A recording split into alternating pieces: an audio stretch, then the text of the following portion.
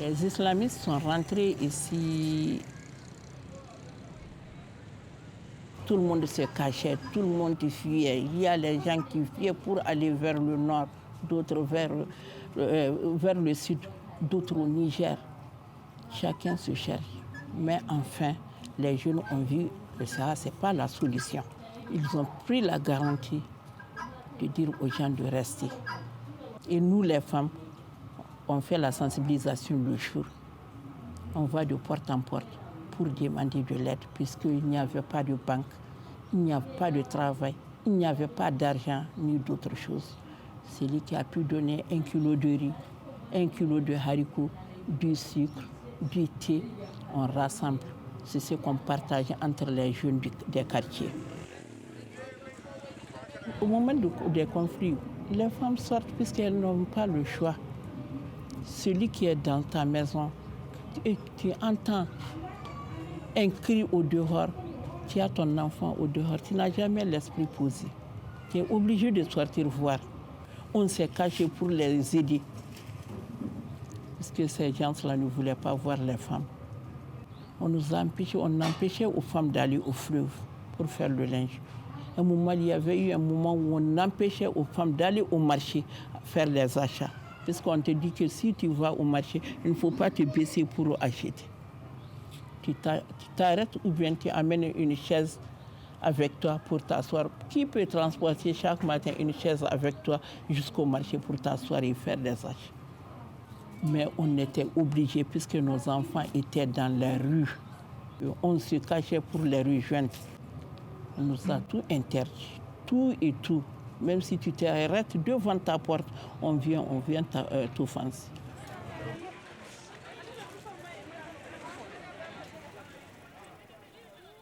Pendant la crise, puisque les occupants n'acceptaient pas tellement la visibilité des femmes, elles étaient restées dans les familles, mais toujours comme conseillères.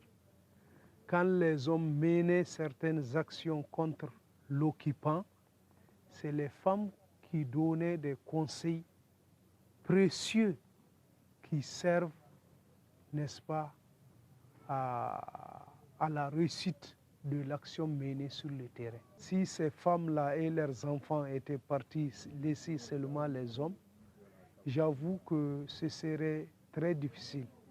Et j'avoue aussi que leur présence a fait que souvent l'occupant essaye de les agresser, c'est ce qui va susciter même la résistance. Très souvent, quand je vois que ma sœur est marginalisée et maltraitée par un occupant, ou bien ma maman, ou bien ma femme, j'avoue que je ne peux pas rester les bras croisés. Du coup, ça a un peu accentué, n'est-ce pas, cette résistance. Dans le processus de paix, dans la crise, et surtout la crise de 2012, les femmes ont joué un très grand rôle ici dans la région de Gao. D'abord, en pleine occupation, nous ne sommes pas partis, nous sommes restés, nous avons résisté avec les occupants et ça ne nous a pas empêchés de travailler. Jusqu'à ce qu'eux-mêmes, ils nous disent qu'ils ont peur de nous. Parce que le jour où ils voulaient casser le tombeau des Askia, je me rappelle, c'est à 5h du matin qu'on s'est donné rendez-vous et toutes les femmes étaient devant le tombeau des Askia. Nous nous sentons très fiers vraiment de cet acte-là qu'on a posé lors de l'occupation. Nous avons fait des sensibilisations sur les antennes. Eux-mêmes, ils écoutent. Chaque jour, nous sommes dans des menaces, mais ça ne nous a pas empêchés vraiment de rester, de résister et de travailler.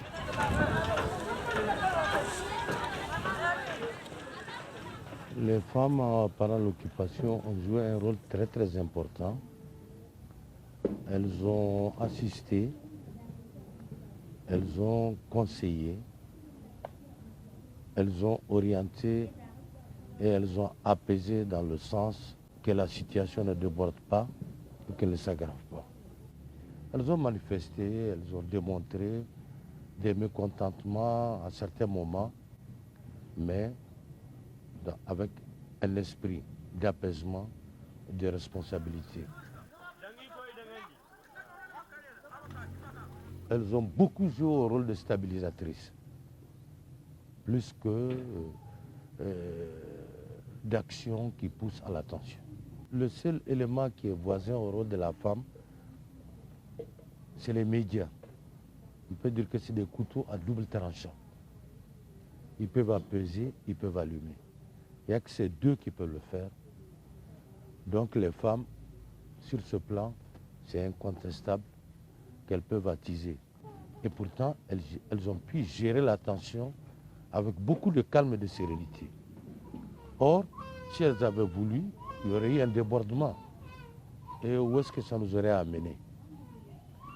Donc, les femmes, elles sont le meilleur des catalyseurs pour la paix, pour la tranquillité et pour les tensions.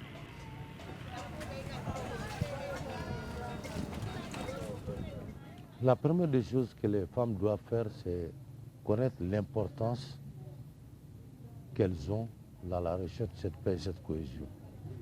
Ça, c'est la première des choses. Elles doivent se dire que s'il y a paix, c'est les plus grandes bénéficiaires. S'il y a non-paix, c'est les plus grandes perdantes. Ça, il faut qu'elles se le mettent en tête. Elles doivent avoir la notion de la culture de la complémentarité. Et cela se fait avec les responsables, avec les hommes et avec les jeunes. Donc elles doivent avoir la forte culture de notion d'équipe gagnante.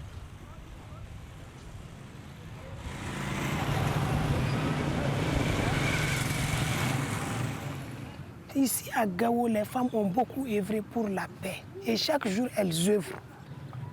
Auparavant, on n'avait pas d'hommes parce que tout le monde a peur. C'est nous qui sommes servis d'hommes de nous-mêmes pour couvrir nos enfants, couvrir nos biens. Mais aujourd'hui, ils savent que l'État est là. Maintenant, ils sont même à nous dire, religieusement, ça c'est condamné pour la femme. La femme, quand elle parle, elle doit baisser doucement les tons. Ce n'est pas facile. Si moi je vois la situation là où elle est aujourd'hui, je peux mesurer la situation. Je peux dire que nous sommes au milieu. De 2012 à nos jours, pour la paix là, c'est-à-dire qu'on a eu à peu près la moitié. On est à la moitié. Il nous reste encore d'autres étapes. Pour arriver à ces étapes, il faut être accompagné de la patience, du courage. Et on va sur de nouvelles bases. On met en tête qu'on est à la recherche d'une paix. Quelque chose qu'on n'a pas d'abord. On est en train de le chercher.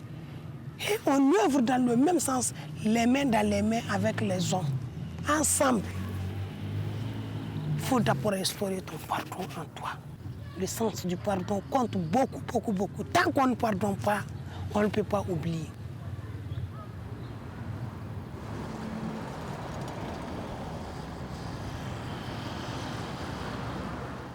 Le Mali, de manière générale, et particulièrement dans la région de Gao, les femmes ne sont pas dans certaines structures ou bien dans certaines rencontres, ou bien même si elles participent, elles ne participent pas au débat. Il faut qu'elles participent d'abord dans les structures de mécanismes qu'on met en place à tous les niveaux, que ce soit au niveau de l'État, que ce soit au niveau de nos ONG nationales, ce qu'on met en place, il faut que la femme se voie dans ça. Actuellement, je ne dirais pas que sur toute la ligne, tout est vert, mais il y a un début de processus qui a commencé. Leur implication a fait de telle façon que les hommes même reconnaissent aujourd'hui la valeur des femmes à leur côté. Et les femmes, que ce soit dans les communes nomades, que ce soit dans les communes sédentaires, par leur expérience, par leur savoir-faire, par leur courage, par leur patience, parviennent aujourd'hui à surmonter beaucoup de choses. Aujourd'hui, c'est elles-mêmes qui organisent leurs propres activités et invitent les hommes aujourd'hui.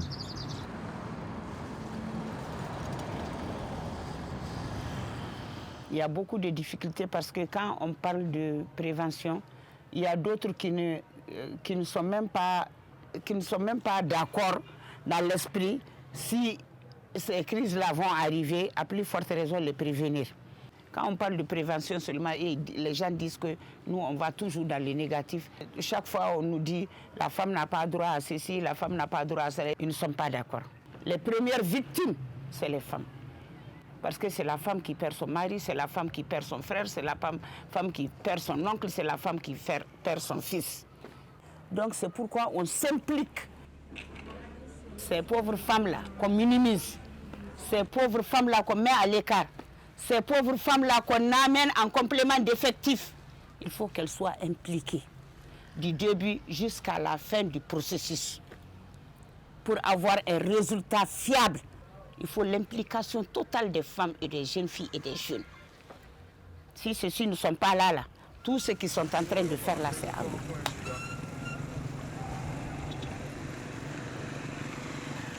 Je dirais que les femmes ont effectivement réussi là où souvent les hommes n'ont pas réussi.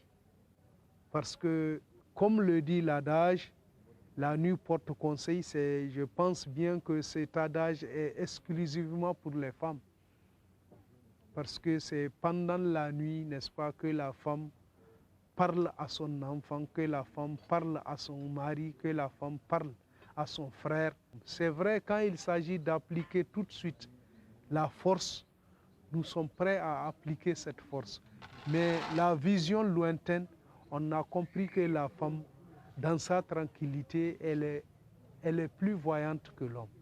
Aujourd'hui, dans la situation que nous vivons, on doit encore renforcer les capacités des femmes. On doit être à côté d'elles. On doit les aider à arriver là où elles ne peuvent pas. Parce qu'il y a quand même des endroits où il faut forcément des hommes, soit qui servent de guide pour les amener, soit qui servent de moyens même sur le plan financier souvent.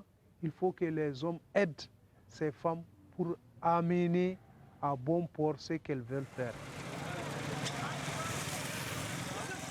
Aujourd'hui, les tueries qui se passent aujourd'hui, auparavant, ce n'était pas comme ça. Il n'y avait pas de tueries.